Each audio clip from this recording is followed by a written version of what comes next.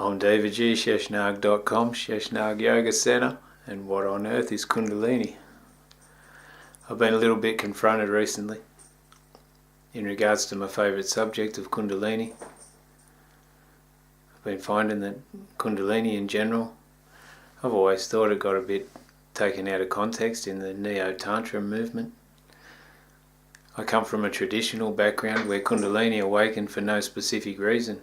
Then I went into the traditional lineage to do with the Dashnami order of a great saint or sage, Shankaracharya, and it's very traditional, the 10 lineages in the ashram under the guidance of the Guru or the Guru's teachings in the current world.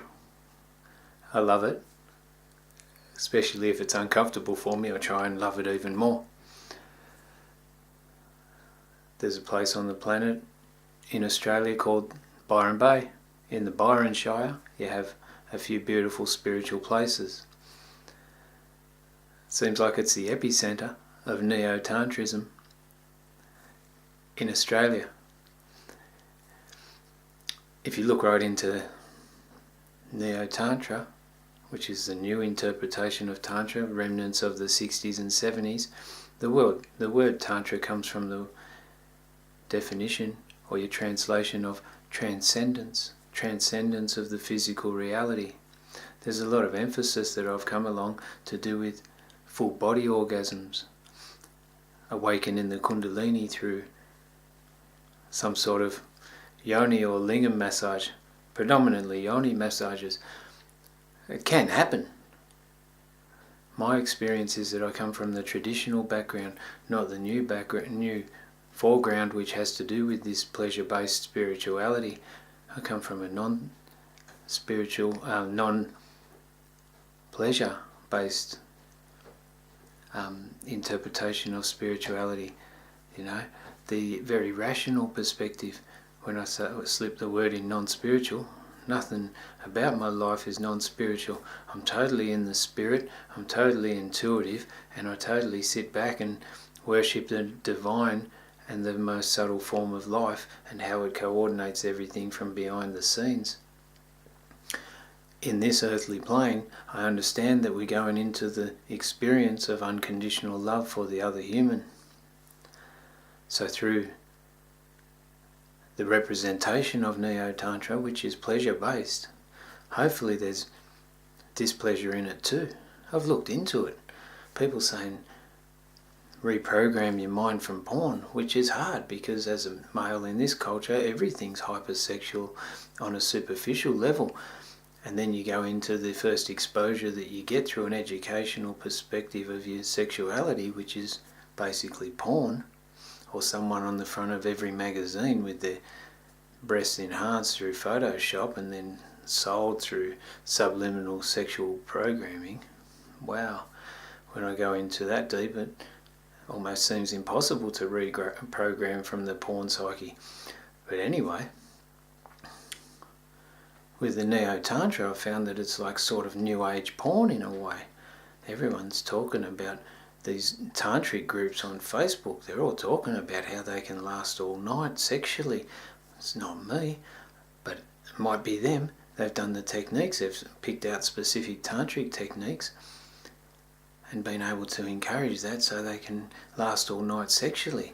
I wonder if giving your woman a full body orgasm or some sort of squirting orgasm is to do with the pleasure of the male or the pleasure of the female, and not many people are understanding or expressing that it's about unification with God or realization of the self. Maybe they're going into their heart and awakening love for themselves and then being able to express that in a physical way.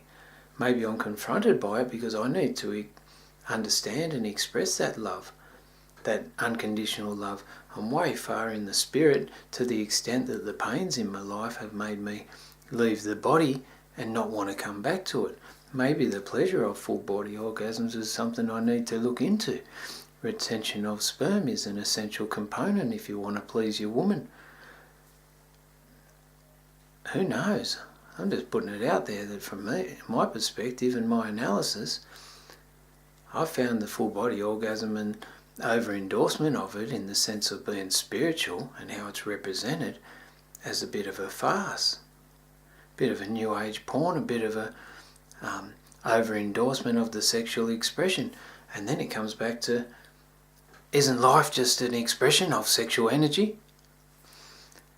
It probably is, because if you look at all those buildings and carvings, the tantric ones, of where there's a whole shitload of gopis and there's only one or two Krishnas, or there's these orgies carved into stone on the side of a building. I don't know if it's a real physical representation of it. I think in some ways maybe there was one of the 5 arms of Tantra was to do with that sort of experience where you have orgies and full body orgasms and unification in love. Probably be a better world if we did focus on that. I think it's probably the interpretation that everything in our existence is an interaction of the divine consciousness, which is seen as Shiva and masculine, and then everything to do with manifestation and the expression of life is to do with Shakti and matter, or the condensed form of energy, where consciousness is the non-manifest, non-condensed form, and there's a play between the two. Matter and consciousness intertwine in a phenomenal way. I think this is it. That's why they worship it, because that is the essence of life, because consciousness is dancing through the expression of manifested energy. And the dance of those atoms is how we experience life. And through the dance of those atoms, that's how we experience the self, the true self, the underlying unity of life, our true universal nature, and how we're connected to everything. There you go. Neo Tantra has its place after all. Hopefully you get an experience to feel it and share the love. I wouldn't endorse it at the expense of any contentment in your life, because I've looked into it and I confronted myself many ways regarding it. That's a video for another day, or not another day, another time. I'll make one now about my list of what I wrote on my wall and how things have been quite confrontational and unpleasant this year. But I've had very big growth within my identity, and one of them has been exposing myself to Neo Tantra. That's enough from sheshnag.com. Share the world.